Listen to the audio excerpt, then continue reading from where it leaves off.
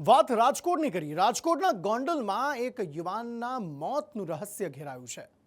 એક સપ્તાહથી ગુમ યુવાનનો અચાનક મૃતદેહ મળ્યો અને શરૂ થયો ગંભીર આક્ષેપોનો સિલસિલો। મૃતકના પરિવારે પૂર્વ ધારાસભ્ય સામે હત્યાના આક્ષેપ કર્યા, જો કે પોલીસે આ આક્ષેપ નકારી કાઢ્યા છે। સીસીટીવી ફૂટેજની આખી શૃંખલા સામે આવી, પણ ઘણું બધું હજુ પણ ખૂટે છે। રાજકોટનું ગોંડલ ચર્ચામાં છે। કારણ છે એક યુવકનું મોત, જે હત્યાના આક્ષેપ અને અકસ્માતના દાવાની વચ્ચે વિવાદમાં છે। યુવાન અચાનક ગુમ થઈ જાય છે અને થોડા દિવસ બાદ તેનો મૃતદેહ મળી આવે છે। આ સાથે જ વિવાદોની વણઝાર સર્જાય છે।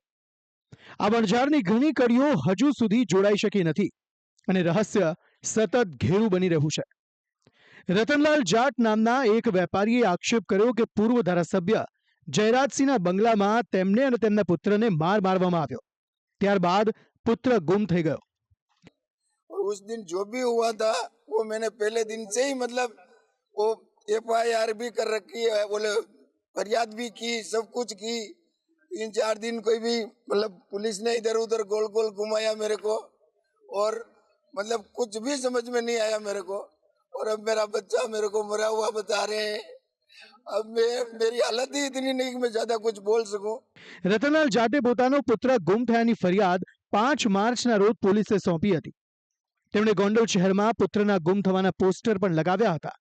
જો કે આ દરમિયાન રાજકોટથી રાજકુમાર જાટ નામના 24 વર્ષના યુવાનની લાશ મળતા ઘણા તર્ક વિતર્ક સર્જાયા છે।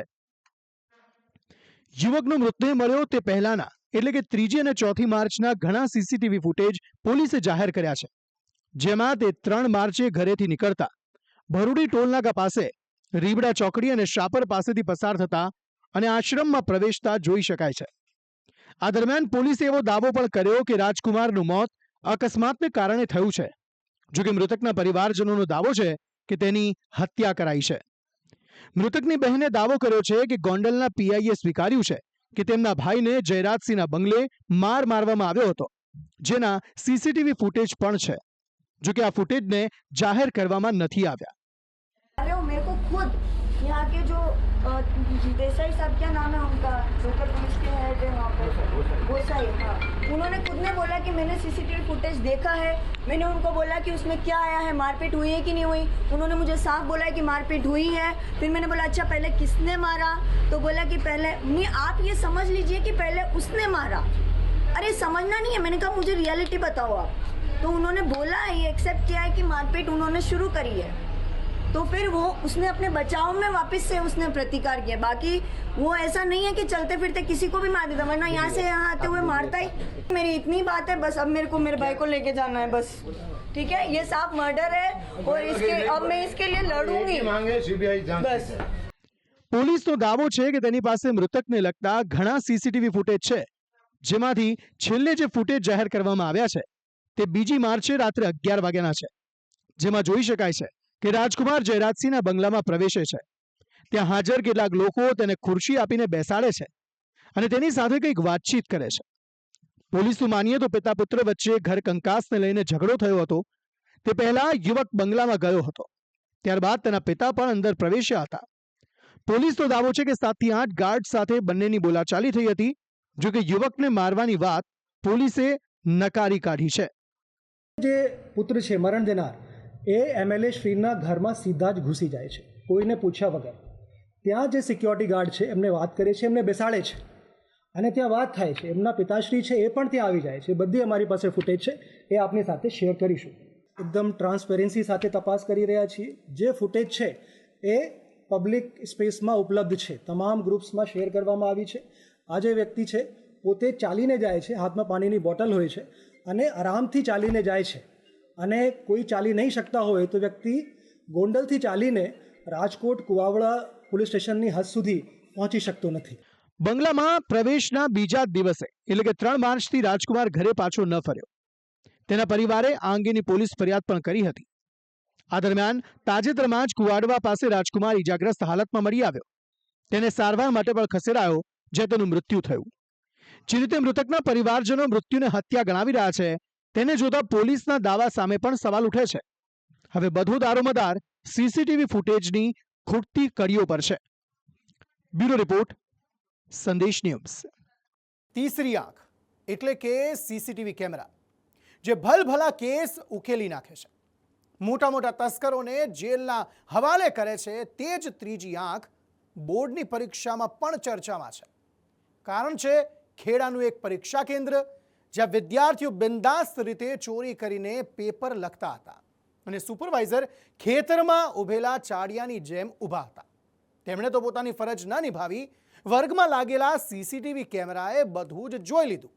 આટલું જ નહીં, સંવેદનશીલ ગણાતું આ ફૂટેજ વાયરલ પણ થઈ ગયું અને આ સાથે જ ઉઠ્યા ઘણા સવાલ અને શંકાઓ. શું છે સમગ્ર કિસ્સો? જોઈએ આ રિપોર્ટમાં. બોર્ડની પરીક્ષામાં ચોરીનો ખેલ, સુપરવાઇઝરની હાજરીમાં કાપલીની આપલે, પરીક્ષાની વ્યવસ્થા પર ઉઠ્યા સવાલ. આ દ્રશ્યો ખેડાના ડાકોરની ભવન સ્કૂલના છે, જ્યાં બોર્ડની પરીક્ષામાં વિદ્યાર્થીનીઓ બિંદાસ રીતે ચોરી કરતા નજરે પડી. છેલ્લી બેન્ચ પર બેઠેલી વિદ્યાર્થીનીઓ એકબીજાને કાપલી આપી રહી છે. જોકે તેઓ કદાચ ભૂલી ગયા કે વર્ગમાં સીસીટીવી કેમેરા પણ લાગેલા છે અને તેમની ગેરરીતિ તેમાં કેદ થઈ રહી છે. આ દ્રશ્યો 1 માર્ચના હોવાનું જણાવાય છે, જ્યારે 10મા ધોરણમાં ગણિતની પરીક્ષા હતી. મહત્વની વાત તો એ છે કે વર્ગમાં સુપરવાઇઝરની હાજરી હતી. વર્ગમાં વિદ્યાર્થીઓની સંખ્યા પણ 30 જેટલી મર્યાદિત હતી. તેમ છતાં સુપરવાઇઝરનું ધ્યાન આ તરફ ન ગયું. આ વિડીયો અત્યારે સોશિયલ મીડિયામાં વાયરલ થઈ રહ્યો છે. જોકે ભવન સ્કૂલના એસએસસી બોર્ડના સ્થળ સંચાલકનો દાવો અલગ છે. તેમનું કહેવું છે કે વિદ્યાર્થીઓ કાપલી નહીં પણ બારકોડ સ્ટીકરની આપલે કરી રહ્યા છે. ના જી, એવું કોઈ ચોરી કરતું કે એવું કંઈ જણાતું નથી. એ છેલ્લે બારકોડ સ્ટીકર કે એવું કંઈક ચોંટાડે છે. બાકી બીજું કંઈ એમાં ગેરરીતિ જેવું કશું, એ ગેરરીતિ હશે તો આગળ એ તપાસ જે સીડી ચેક થશે એની અંદર આવશે તો એ આગળની કાર્યવાહી કરવામાં આવશે. ભવન સ્કૂલના એસએસસી બોર્ડના સ્થળ સંચાલકે ચોરીની વાતને ફગાવીને તપાસની વાત કરી છે. ત્યારે પરીક્ષામાં ચોરીના સીસીટીવી ફૂટેજ વાયરલ કરનારા સામે પણ તેમણે સવાલો ઉઠાવ્યા છે. આ કૃત્યને ગુનાહિત કૃત્ય ગણાવતા વિડીયો વાયરલ કરનારા સામે પોલીસ ફરિયાદની તેમણે વાત કરી. આ વસ્તુ અંદરથી જે બહાર લીકેજ થઈ છે, બરાબર, એ વસ્તુ બહાર ક્યાંય એ બહાર આવી રીતના આપી જ ના શકે. અને જે ગેરરીતિનું છે એ બધું બોર્ડ કે જે તે મંડળ છે, આ જે આગળનું જે છે જિલ્લા લેવલે જે અધિકારી છે અને જે ટીમ છે એને ચેક કરે છે સીડી અમારી. હવે એ અમે તપાસનો વિષય છે, અમે પોલીસ સ્ટેશનમાં હવે જાણ કરીશું અને એની સામે ગુનો દાખલ કરીશું. આગળની કાર્યવાહી તેવું કરશે. જો પરીક્ષાના સીસીટીવી ફૂટેજ સંવેદનશીલ હોય તો સવાલ એ પણ ઉઠે છે કે આખરે ફૂટેજ વાયરલ કર્યા કોણે? શું એ વ્યક્તિ શાળામાં કામ કરતી વ્યક્તિ છે કે પછી બહારની? પરીક્ષામાં ગેરરીતિ થઈ તે વર્ગના સુપરવાઇઝરની નિમણૂક સામે પણ સવાલ ઉઠી રહ્યા છે. જોકે પરીક્ષાના સ્થળ સંચાલકે આ અંગેની શંકાઓને પણ ફગાવી દીધી. હવે બોર્ડના અધિકારીઓ સીસીટીવી ફૂટેજની તપાસ કરીને નક્કી કરશે કે વિદ્યાર્થીઓ દ્વારા પરીક્ષા દરમિયાન ચોરી કરાઈ હતી કે નહીં. આ બાબતે શિક્ષણ મંત્રી પ્રફુલ પાનસેરિયાએ પણ તપાસ બાદ કાર્યવાહીની ખાતરી આપી છે. કેન્દ્રો પર તમામ ચકાસણી થશે. ગયા વખતે થઈ હતી એ જ રીતે આ વખતે થશે. દોષિતોને જે નિયમ પ્રમાણે એ ખમી શકે અને એને સુધારીને પાછા પ્રવાહમાં લાવી શકાય એવી રીતે એમને સજા કરીશું. અને એ કેન્દ્ર પર પણ અમે વોચ રાખીશું. અથવા તો વધુ કંઈ ચોરી કરેલી હોય અથવા તો સામૂહિક ચોરી હોય તો કેન્દ્ર પણ કેન્સલ કરવા સુધીના અમારા નિર્ણયો ગયા વખતના હતા અને આ વખતે પણ. પરીક્ષામાં ચોરીનો આ કોઈ એકમાત્ર કિસ્સો નથી. દર વર્ષે બોર્ડની પરીક્ષામાં વિદ્યાર્થીઓ ચોરી કરતા પકડાય છે. 2024ની પરીક્ષામાં ધોરણ 10 અને 12માં કુલ 453 વિદ્યાર્થીઓ ચોરી કરતા પકડાયા હતા, જેમાંથી 412 વિદ્યાર્થીઓ સીસીટીવીની ચકાસણી દરમિયાન ગેરરીતિ કરતા ઝડપાયા હતા. વર્ગ પ્રમાણે કોપી કેસ પર નજર કરીએ તો ધોરણ 12 સામાન્ય પ્રવાહમાં સ્થળ પર 19 વિદ્યાર્થીઓ પકડાયા હતા, જ્યારે 226 વિદ્યાર્થીઓ સીસીટીવી કેમેરાના માધ્યમથી ચોરી કરતા પકડાયા હતા.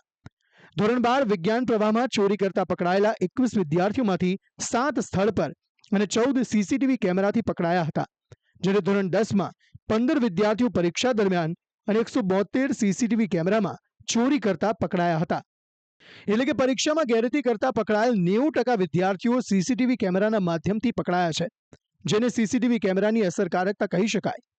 ગેરરીતિમાં સામેલ પરીક્ષાર્થીઓને બોર્ડ ખુલાસો કરવાની પણ તક આપે છે. ત્યારબાદ કાર્યવાહી કરાતી હોય છે. હવે જોવું એ રહેશે કે ડાકોરની ઘટનામાં શું પરિણામ આવે છે. બ્યુરો રિપોર્ટ, સંદેશ ન્યૂઝ.